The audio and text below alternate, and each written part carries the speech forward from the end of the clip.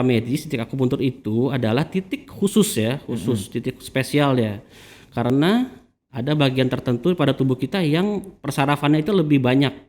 Jadi saya sering dibilang, dokter ini nih tusuk jarum. Kali tusuk jarum.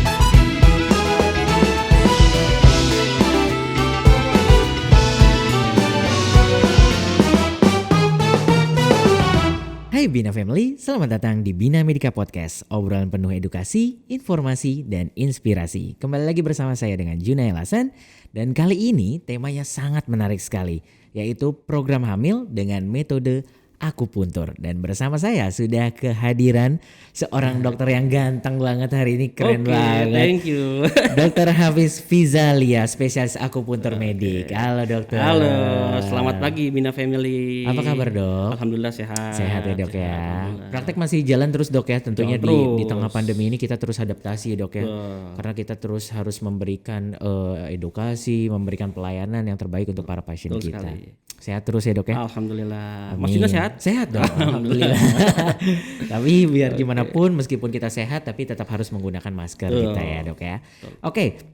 Dok, ini menarik banget dok temanya dok, karena yang kita ketahui bahwa promil alami itu memang banyak treatmentnya. Ada IVF, ada inseminasi dan lain sebagainya dok. Kalau misalkan itu kan promil yang tidak alami ya. Kalau misalkan promil alami kan memang kan harus mengetahui masa subur dan lain sebagainya dok ya. Nah ternyata juga ada metode alternatif lainnya, yaitu dengan metode akupuntur. Betul sekali. Betul dok ya. Betul. Nah sebelum kita tarik ke promil dengan akupuntur itu sendiri, kita boleh coba bahas sedikit dok tentang akupuntur. Oke. Boleh dok ya? Boleh Nah, sekali. Bina Family, karena hari ini sangat menarik sekali karena pembicara kita merupakan penulis buku bestseller Improve Your IVF Success Rate with Akupuntur. Wih, sangat menarik. Tahun berapa itu dok ditulis? Itu baru tahun ya? lalu lah. Baru tahun lalu. 2019 ya. Oke, dan itu bisa didapatkan di Amazon. Di Amazon. Nah, karena kan Oke. versi internasional lah itu ya.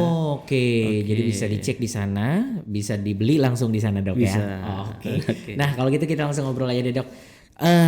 Kan kita banyak mengetahui tentang, meskipun orang awam gitu, akupuntur, tahu akupuntur, tapi apa sih sebenarnya ilmu akupuntur itu dok dari sisi medis? Oke, sebelumnya perkenalkan dulu ya. Boleh, Nama boleh. saya Dr. Hafiz Fizalia, spesialis akupuntur medik. Nah, itu bedakan dulu dengan akupuntur biasa. Iya. Medik itu artinya kita sudah mengkolaborasi antara tradisional Chinese medicine dengan kedokteran modern yang sekarang. Dan itu ada edukasinya tentu. Ada. Jadi kita ambil kedokteran, dokter umum dulu ya, seperti biasa dokter umum 6 tahun, setelah itu ambil spesialis akupuntur medik. Dan itu kita memang basicnya kan dari Chinese ya, Chinese medicine. Itu sekitar 2500 tahun yang lalu sudah ada tuh akupuntur. Namun saat itu kan belum banyak penelitiannya. Kemudian seiring dengan perkembangan zaman diteliti, akhirnya ditemukanlah akupuntur medik ini. Jadi ada penjelasan logis dan secara base research base, penelitian seperti itu. Nah kalau dari suku katanya sendiri, akupuntur itu terdiri dari dua suku kata, akus dan punctura ya kan. Oke. So, simpelnya akus itu adalah jarum. Punctura artinya menusuk. Oke, sebenarnya simpel kayak gitu Simpel. ya. Jadi saya sering dibilang, dokter ini nih tusuk jarum. Kali tusuk jarum. Ya nggak salah juga. Iya benar juga ya. Benar juga. Nah seperti itu, kurang lebih seperti itu. Oke. Jadi mungkin biar ada gambaran lah buat Bina Family, dokter akupuntur seperti apa. Misalnya contoh kasus pasien datang nih berobat, keluhannya sakit nih leher saya, di belakang sini suka sakit, pusing. Datanglah ke dokter, disebut saja dokter akupuntur ya, dokter inisial HF lah ya, Hafiz Fizalia. Ada di depan saya. Iya. Oke. Jadi seperti biasa, seperti dokter-dokter pada umumnya sama juga. Saya akan anamnesis keluhannya, lalu apalagi yang dirasa yang berhubungan dengan keluhan. Mungkin ada sakit kepala, vertigo, pusing berputar, atau kupingnya berdengung seperti tinnitus, bisa juga, atau gerakan terbatas di leher ke kiri ke kanan agak susah, kaku. Kita elaborasikan itu, kemudian kita lakukan pemeriksaan fisik seperti kedokteran pada umumnya sama aja. Setelah itu pasien mulai dikondisikan untuk kita lakukan terapi akupuntur. Oke. Nah, pasien ini bisa dalam posisi duduk, misalnya lebih nyaman duduk membelakangi saya, atau posisi tiduran, tengkurap atau miring ya kan. Yang penting saya dapat bagian yang harus saya terapi akupuntur seperti itu. Apa sih dok yang dicarinya kalau dok kalau misalkan itu? Titik akupuntur tentunya. Oh, Nah, apa itu titik akupuntur? Secara medis, titik akupuntur itu adalah titik khusus ya, titik spesial ya. Karena ada bagian tertentu pada tubuh kita yang persarafannya itu lebih banyak. Jadi potensial listriknya, bahasanya berat juga ya. Jadi kan saraf itu seperti kabel-kabel lah ya, mengantarkan listrik, sinyal-sinyal. Nah di situ di titik akupuntur itu titik-titik akupuntur itu berisikan banyak sekali jaras-jaras saraf-saraf, sehingga potensial listriknya lebih tinggi, resistensinya lebih rendah seperti itu. Dan juga ada banyak pembuluh darah, terus cairan pembuluh limfatik juga banyak di situ. Nah itulah titik akupuntur secara medis, kurang lebih seperti itu. Jadi seperti itu ya dok ya, titik akupuntur. Jadi memang sebenarnya akupuntur dalam dunia medis itu benar adanya, dan juga memang ada pendidikannya sendiri dan ada dokternya ya dok ya. Betul, ini saya sendiri dokternya. Betul dia, itu dia. Karena kan banyak mungkin masyarakat awam akupuntur mungkin menilainya sebagai tindakan alternatif. Oke. Iya, nah padahal ternyata dari sisi medis ternyata ada juga Bina Family. Jadi jangan takut, tapi harus dengan dokter yang tepat. Betul kayak gitu. Nah, orang-orang atau siapa saja dok sebenarnya yang bisa mendapatkan metode akupuntur ini, atau sebenarnya kendala atau gejala apapun itu boleh aja menggunakan akupuntur? Jadi tidak semua juga. Jadi akupuntur ini memang banyak manfaatnya, terutama untuk berbagai masalah kesehatan ya. Saya sih secara garis besar membaginya jadi beberapa. Pertama, yang sangat direkomendasikan oleh WHO ya, Badan Kesehatan Dunia itu untuk kasus-kasus nyeri. Nah, seperti tadi cerita tadi, bapak-bapak datang dengan nyeri pada bagian leher atau pada bagian bahu, biasanya juga low back pain, nyeri pinggang bawah, juga bisa saraf kejepit lah bahasa orang-orang ini, orang awam ya. Itu bisa juga. Itu bisa dok ya? Bisa. Tapi nanti case by case ya. Iya. Seperti apa kondisinya. Berkelanjutan juga tentu ya, nggak mungkin instan ya. Kan ada berbagai macam derajat juga, dari ringan sampai ke berat ya. Yang mana nih pasiennya di kasus ini kan? Seperti itu. Terus yang kedua selain nyeri adalah gangguan fungsional. Misalnya seperti asma atau alergi, itu kan sangat mengganggu fungsi sehari-hari ya kita ya. Pasien yang saya sering banyak dapat pasien asma sudah bertahun-tahun minum obat tidak pernah sembuh-sembuh, kambuh lagi. Dengan akupuntur jadi bisa mengurangi durasi atau periode kekambuhannya itu, meringankan. Nah, aku juga tuh dok tiap pagi tuh batuk gitu dok, kayaknya alergi. Ya bisa alergi itu biasanya tuh. Alergi ngeliat rekening dok. Tergantung tanggal itu kayaknya. Oh jadi memang sebenarnya banyak kondisi ya dok ya. Cuma memang harus dilihat lagi seperti apa kondisinya. Betul sekali. Nah salah satunya ini untuk kasus-kasus infertilitas. Itu juga bisa ya ternyata. Bisa juga. Dalam kondisi-kondisi lain misalnya obesitas ya kan, ibu-ibu yang pengen slimming, diabetes bisa juga. Diabetes untuk mempertahankan kadar gulanya biar tidak terlalu naik turun ya, stabil. Hipertensi bisa juga, kolesterol juga bisa. Tapi tentunya kita bekerja sama dengan bagian lain, penyakit dalam, misalnya dia memang harus mengkonsumsi obat yang rutin, tetap lanjutkan dengan dilengkapi dengan akupuntur. Jadi sebenarnya memang ini metode tambahan juga ya, maksudnya pelengkap juga ya. Jadi saya lebih setuju akupuntur itu disebut dengan komplementer lah ya, tambahan, bukan alternatif sebenarnya. Iya betul. Kalau alternatif kan berarti menghilangkan sama sekali yang lainnya.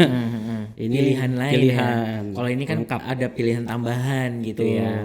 Oke. Itulah tadi akupuntur. Jadi itu tadi sudah disampaikan bahwa memang banyak kondisi atau mungkin hampir semua kondisi bisa dilakukan akupuntur berarti ya dok. Betul, selama dia tidak ada perubahan struktur anatomi, misalnya patah tulang, mau diapain dengan akupuntur? Mau dijahit? Nggak mungkin. Atau kasus-kasus cancer, ya kan ada massa di situ, tumor massa ya kan di situ, kanker. Mau diapain? Mau dikempesin? Kalau ya sering kesemutan gitu dok? Sering kesemutan apa dulu penyebabnya nih? Mungkin ya kan? ditempelin gula kakinya. Waduh. Itu berarti intinya banyak ya dok, banyak ya kondisi, tapi memang harus dengan pemeriksaan berkala dan juga berkelanjutan. Betul, gitu. case by case lah ya. Yes, betul banget. Oke, tadi itu dengan kita bahas kulitnya dari akupuntur itu sendiri, metode akupuntur itu sendiri. Nah kita ngobrolin sekarang temanya kita dok, Romil, dengan metode akupuntur. Oke. Apa manfaatnya dok untuk Pak Sutri yang ingin melakukan promil dengan metode akupuntur ini? Oke, jadi sebelum masuk ke situ kita coba mulai dari definisi dulu ya, artinya apa sih nih? Ya kan kenapa sih mereka harus promil gitu kan?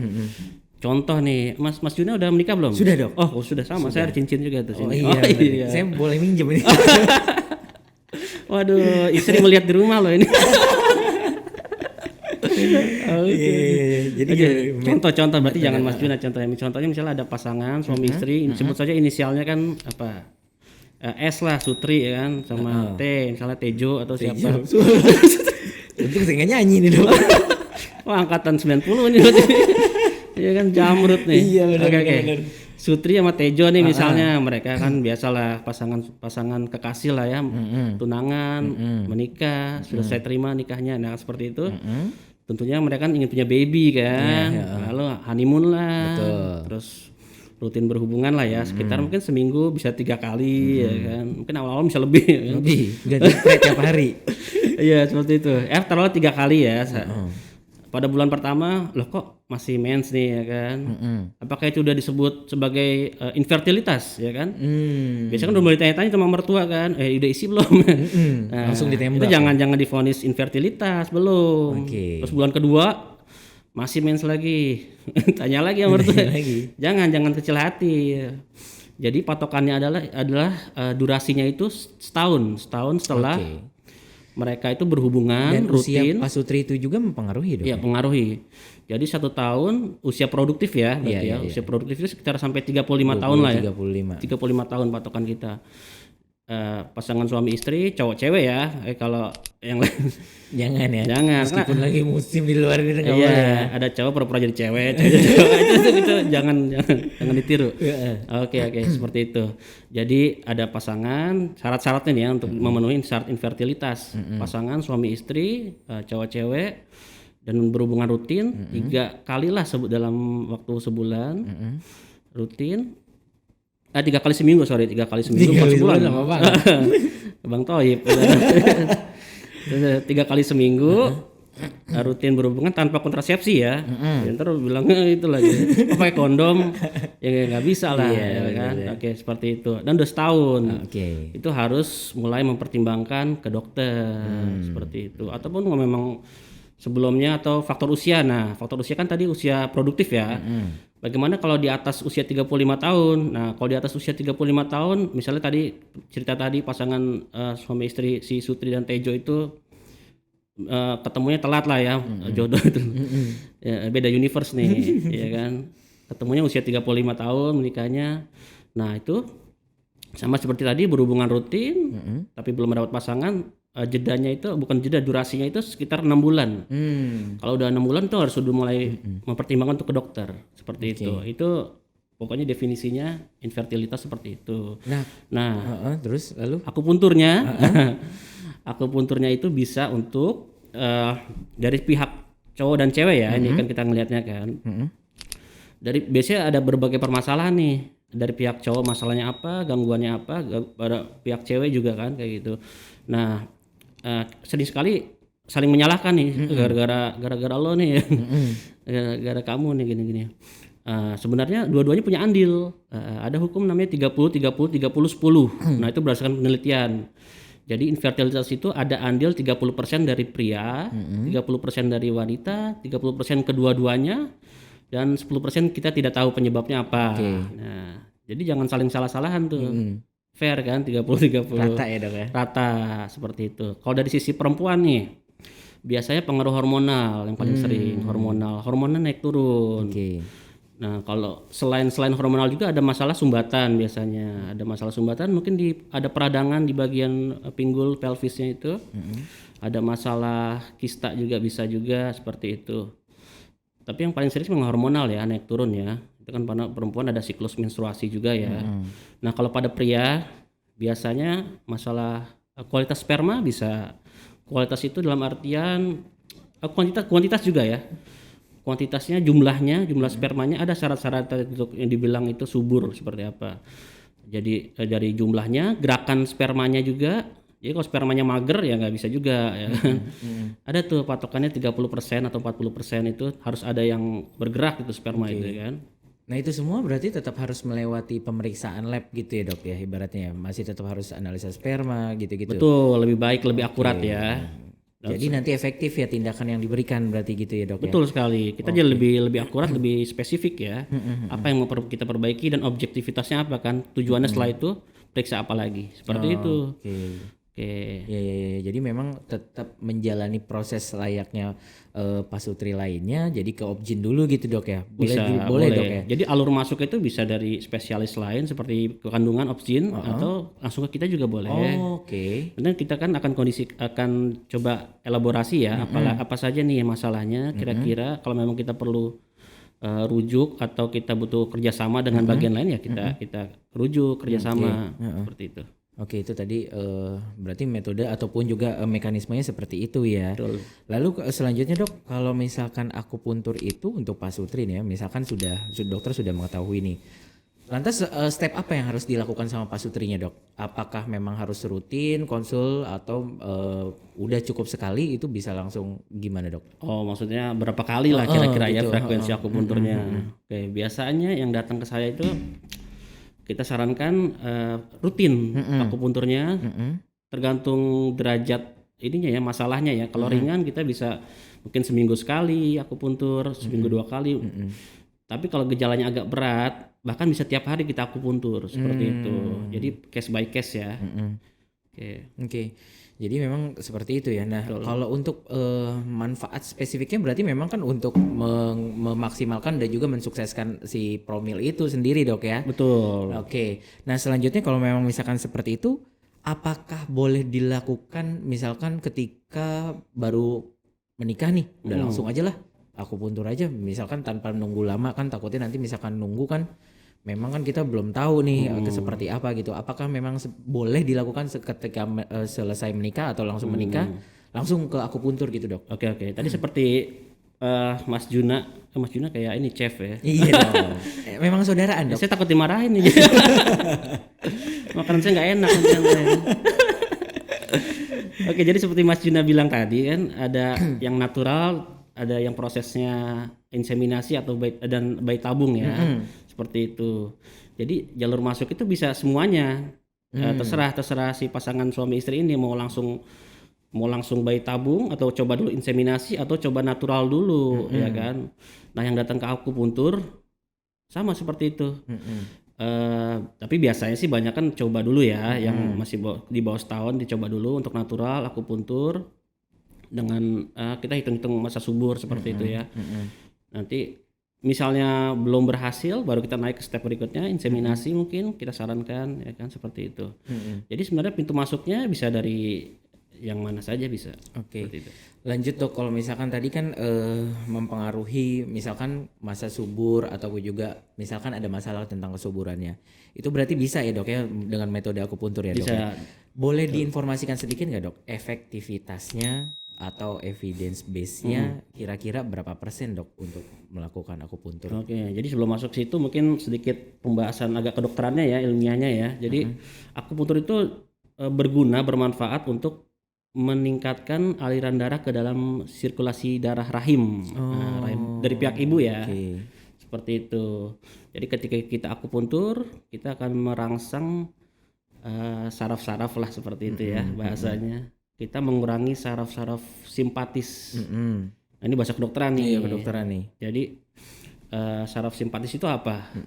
Jadi ada namanya persarafan yang kita tidak sadari. Misalnya kita bernafas, itu kan kita nggak bisa ngatur nafas kita kan, nafas atau detak jantung kita. Nah itu kita disebut persarafan otonom. Itu dibagi dua, simpatis dan parasimpatis. Nah yang simpatis itu biasanya ketika kita tegang kan, misalnya dikejar anjing, kan dak dikduk kan ya kan, atau tanggal tua dikduk juga. Seperti itu. Nah kebalikannya kalau ngomongin tanggal 2 pada ketawa yang di sini dong. Pada merasakan ya. Mas Adi bagaimana? Jadi seperti itu. Terus kalau untuk parasimpatis kebalikannya, dia relax tuh. Detak jantungnya lebih agak lambat, santai, nafasnya juga agak lebih dalam. Nah seperti itu. Biasanya pada pasangan suami istri yang sedang menjalani program kehamilan itu agak stres kan, deadline ya kan, usia udah segini, udah tanyain dulu sama mertua nanya mulu ya kan. Nah deg-degan. Nah itu biasanya saraf simpatisnya itu agak tinggi. Dengan akupuntur kita kurangi itu. Sarang-sarang ke arah simpatisnya berkurang, jadi pembuluh darah jadi agak melebar, aliran darah ke rahim kita arahkan lebih lancar seperti itu. Nah, kalau dari pihak perempuan ya, kalau dari laki-lakinya cowoknya biasanya pengaruh juga sama aliran darah cuma ke arah penis ya, penis.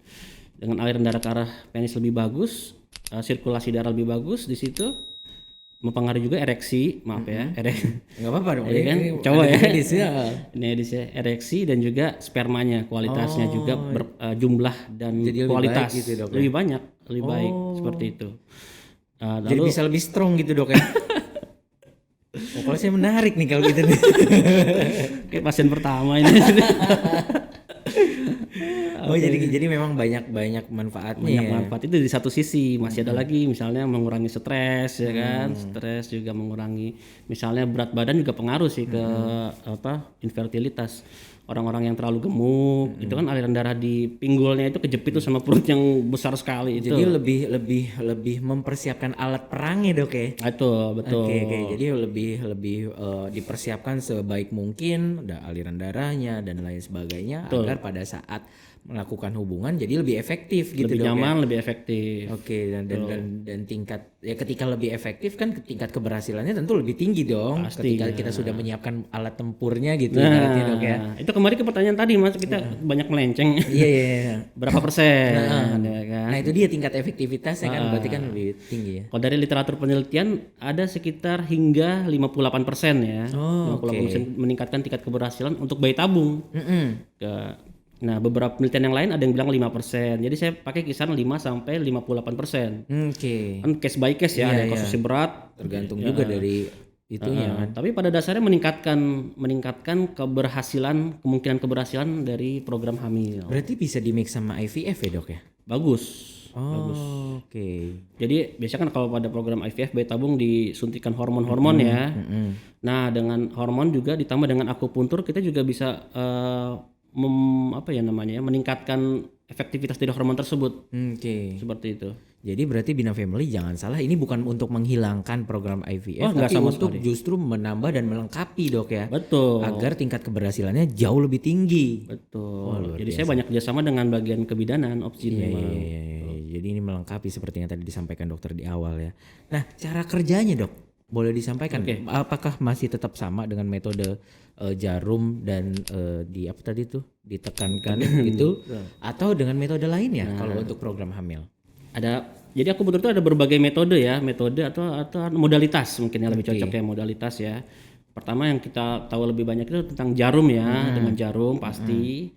Terus yang kedua dengan rangsangan listrik, elektrostimulator namanya alatnya. Dengan rangsangan listrik. Yang ketiga itu dengan rangsangan ultrasound, gelombang suara bisa juga.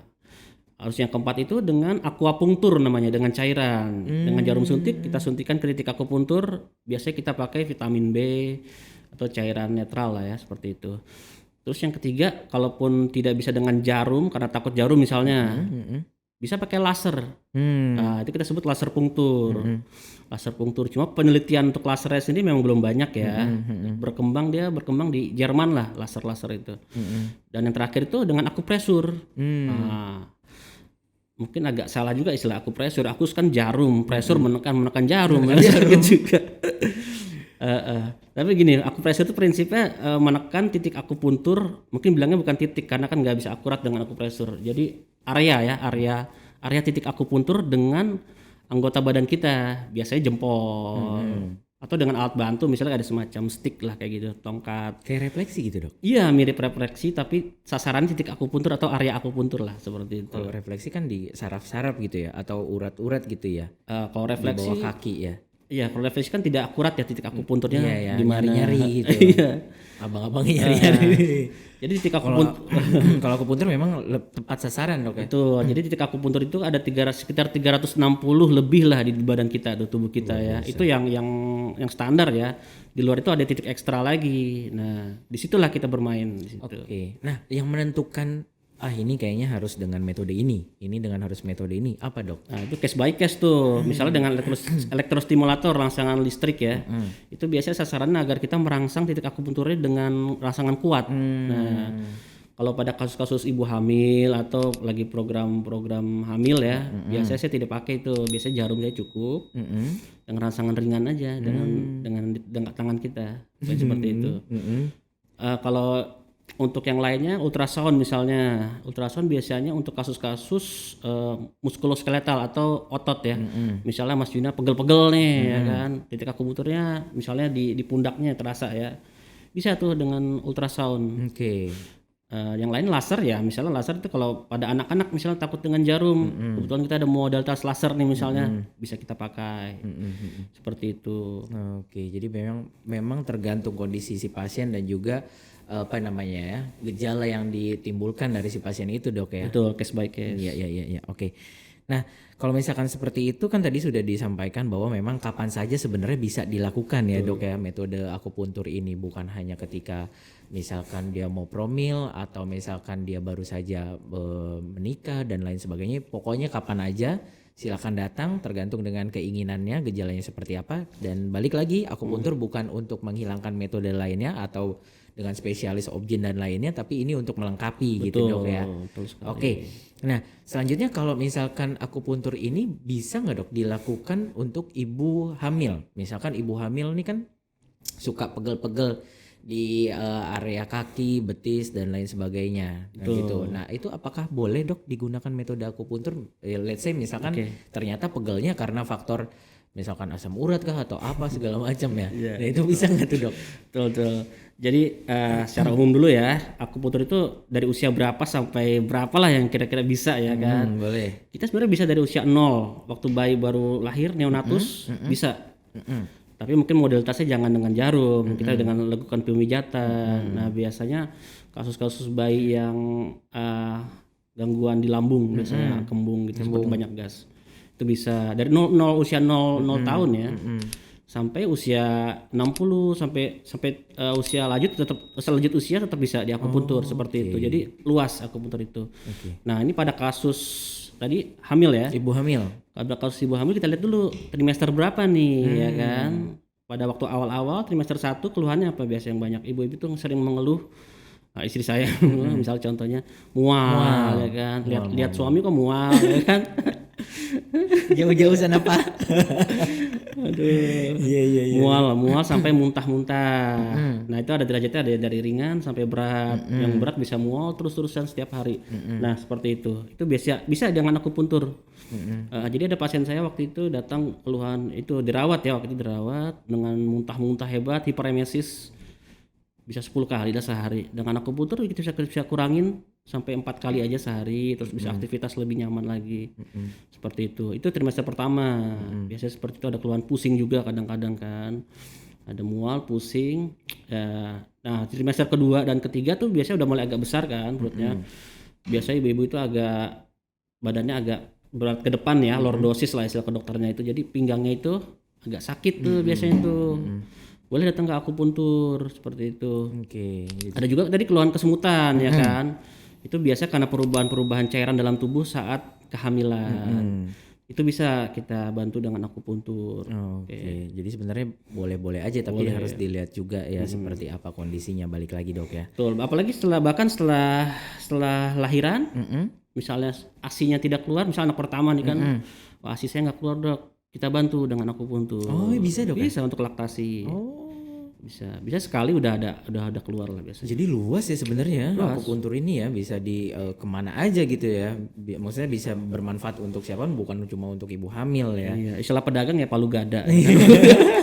Apa lu mau gua ada, tapi nggak juga. Tadi saya bilang tadi kan ada yang nggak bisa kita tangani juga, cancer misalnya. Cancer itu bisa kita untuk nyerinya saja. Karena orang-orang yang kanker biasanya keluhannya sakit sekali kan, minum obat-obat peredam nyeri yang udah tinggi-tinggi itu biasanya nggak ngefek-ngefek juga, di akupuntur lebih nyaman seperti itu. Nah selanjutnya dok, ini mungkin beberapa pertanyaan terakhir lagi dok. Untuk penderita PCOS dok. Oke. Nah itu kan juga salah satu pengganggu terjadinya program hamil dok ya. Bisa nggak dok dilakukan dengan metode akupuntur? Apa dulu nih PCOS itu apa sih? Luar biasa nih Mas Guna ini ya. Tahu istilah PCOS ya. PCOS itu polycystic ovarium syndrome. Ya berarti kan poli itu kan banyak ya. Poligami banyak. Monopoli banyak. Politik banyak, monopoli banyak. Poli banyak. Kistik berarti ya semacam kantung lah ya, kista kantung. Ovarium syndrome. Sindrom itu kumpulan gejala. Nah kayak gitu. Saya kasih contoh aja misalnya gini, pasien perempuan misalnya Sutri lagi namanya.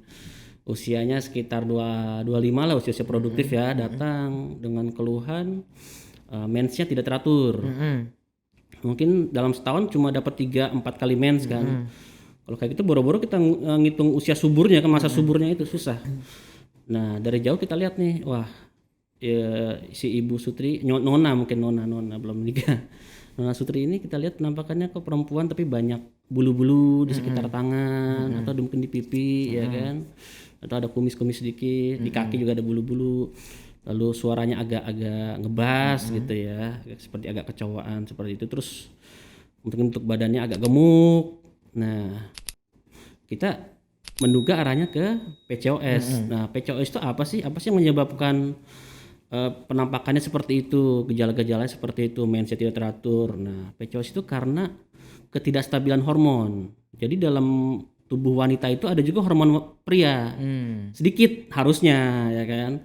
Tapi dalam kondisi PCOS itu hormon cowoknya itu lebih tinggi justru dibandingkan hormon cewek seperti itu. Akhirnya muncul gejala seperti itu. Nah PCOS itu istilahnya muncul karena setelah dilakukan pemeriksaan USG nih kan di ovariumnya itu, di indung rahimnya itu terdapat gambaran seperti kantung-kantung itu, makanya disebut polikistik. Nah itu sangat mengganggu.